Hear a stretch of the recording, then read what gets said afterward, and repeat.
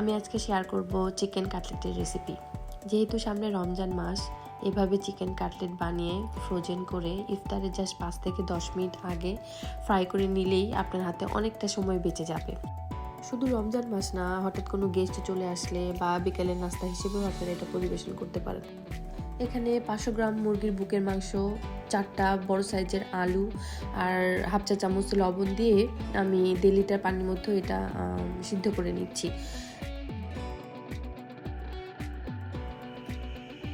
সিদ্ধ করা মুরগির মাংসগুলোকে আমি হাত দিয়ে ছাড়িয়ে ঝরঝরে করে নিয়েছি। এরকম আপনারা চাইলে কাঁটা চামচ দিয়েও করতে পারেন, আমি হাত দিয়ে করে নিয়েছি। তো একটা জিনিস মনে রাখবেন, চিকেন কাটলেটের জন্য যতটা মুরগির মাংস হবে ঠিক তার অর্ধেকটা হবে আলু। তো আমি ঠিক সেই পরিমাণেই দিয়েছি এখানে, কারণ আলুটা বেশি হয়ে গেলে তখন কিন্তু চিকেন কাটলেটটা খেতে অতটা ভালো লাগে না। চিকেন কাটলেটে সবসময় চিকেনটা একটু বেশিই থাকতে হবে, কারণ আলু বেশি দিলে চিকেন কাটলেটের টেস্টটা ওরকম ভালো পাওয়া যায় না। এই পর্যায়ে আমি একটা পেঁয়াজ কুচি করে এরকম করে দিয়ে দিলাম।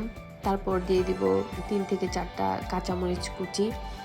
তারপর অ্যাড করে দেব সামান্য পরিমাণে ধনিয়া পাতা কুচি। তারপর দিয়ে দিচ্ছি আদা কুচি, দিয়ে দিচ্ছি হাফ চা চামচ গোলমরিচের গুঁড়া, হাফ চা চামচ জিরা গুঁড়া, আর দিয়ে দিব হাফ চা চামচ ধনিয়ার গুঁড়া। এখানে দিয়ে দিচ্ছি সামান্য পরিমাণে লেবুর রস। তারপর দিয়ে দিলাম স্বাদ মতো লবণ। লেবুর রসটা দিলে চিকেনের গন্ধটা ওরকম পাওয়া যায় না ফ্রোজেন করে রাখলেও। তো এখন আমি খুব সুন্দর করে এগুলো মেখে নিব। এখানে আমি প্রায় 2 চা চামচ টমেটো সস দিয়ে খুব ভালো করে মাখিয়ে নেব, কারণ টমেটো সসটা দিলে আপনি চিকেন কাটলেটের যে টক ঝাল মিষ্টির যে একটা টেস্ট, সেটা খুব সুন্দর করে পাবেন, আর এটা খেতেও ভীষণ ভালো লাগে। তো আমি এখন টমেটো সসটা দিয়ে খুব ভালো করে মেখে নিচ্ছি। মেখে নেওয়ার পর টেক্সচারটা ঠিক এরকম হবে, এই ধরনের আঠালো হবে, যেটাকে আপনি বিভিন্ন শেপে আনতে পারেন। যার যেরকম শেপ পছন্দ সে সেরকম শেপ বানাতে পারেন। আমি পাতার এই শেপটা বানিয়েছি, এই শেপটা আমার খুব পছন্দ। ফ্রাই করার পরও দেখতে খুব ভালো লাগে, আর সাইডটা কিন্তু একদম ফেটে যায়নি, খুব স্মুথ আছে। তো একটু সময় নিয়ে সুন্দর করে বানাবেন।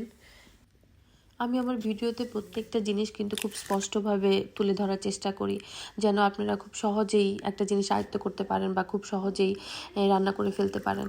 তো আমি এখানে একটা ডিম নিলাম, তারপর সেখানে সামান্য পরিমাণে একটু পানি অ্যাড করে দিলাম। পানিটা অ্যাড করাতে ডিমটা অনেক পাতলা হয়ে যাবে, তখন চিকেন কাটলেটগুলো কোট করতে গেলে অনেক সুবিধা হবে। ফেটানো ডিমের পাশে আমি কিছু টোস্ট বিস্কিটের গুঁড়া নিয়েছি। টোস্ট বিস্কিটের গুঁড়ার পরিবর্তে আপনারা ব্রেড ক্রাম্সও ইউজ করতে পারেন। আমার হাতে এই মুহূর্তে ব্রেড ক্রাম্স ছিল না, তাই আমি টোস্ট বিস্কিটের গুঁড়াগুলো নিয়েছি।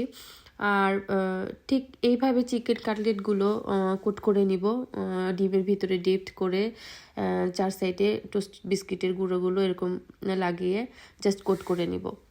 সবগুলো ঠিক একইভাবে আমি করে নিব। আপনারা দেখতে পাচ্ছেন আমি কিভাবে করে নিচ্ছি, দেখতে ঠিক এমন হবে।